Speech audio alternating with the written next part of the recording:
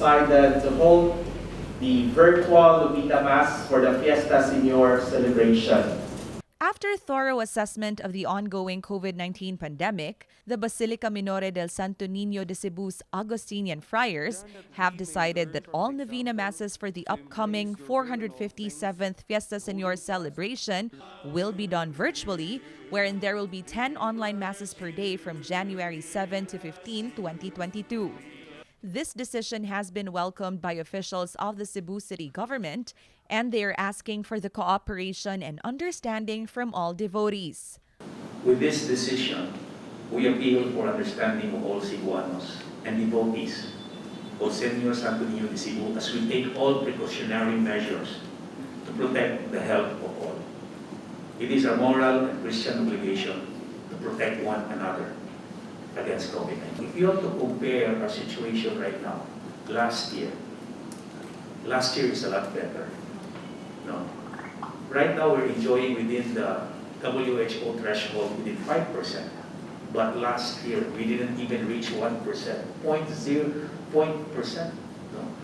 But then again, last year and this year is also different. Why? Because last year we don't have vaccination. Yeah. And right now, nanakong bakuna. But the thing is, layo patas tinuod sa itong target. Only members of the clergy, religious congregations, mass servers, and volunteers will be allowed inside the church that will accommodate a maximum of 120 people.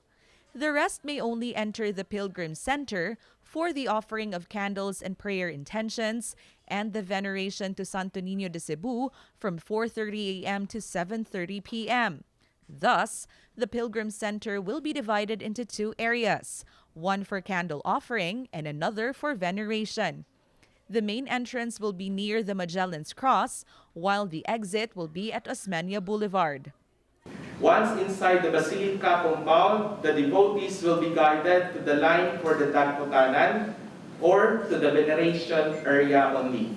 One-way policy will be implemented. Crossing between the 𝗙𝗘𝗪𝗦 and veneration areas is prohibited. If devotees wish to be near the altar, they will be guided to exit the Basilica compound and go back to the main entrance. We will be deploying around 145 PNP personnel along with the other security forces, the Task Group Cebu, and other augmentations. Also, mobile patrol cars will be deployed around the vicinities of the area of Santo Niño, including the SWAT personnel.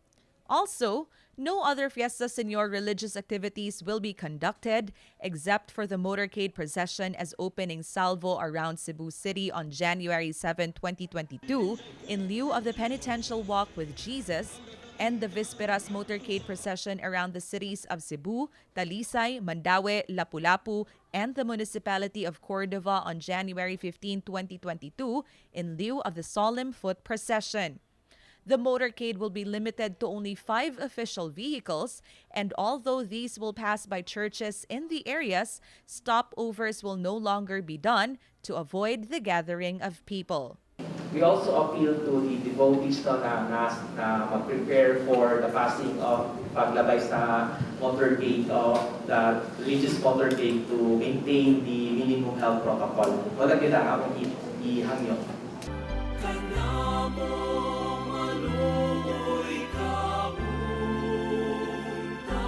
This has been 𝗙𝗜𝗏𝗧𝗎𝗓 for MyTV Cebu.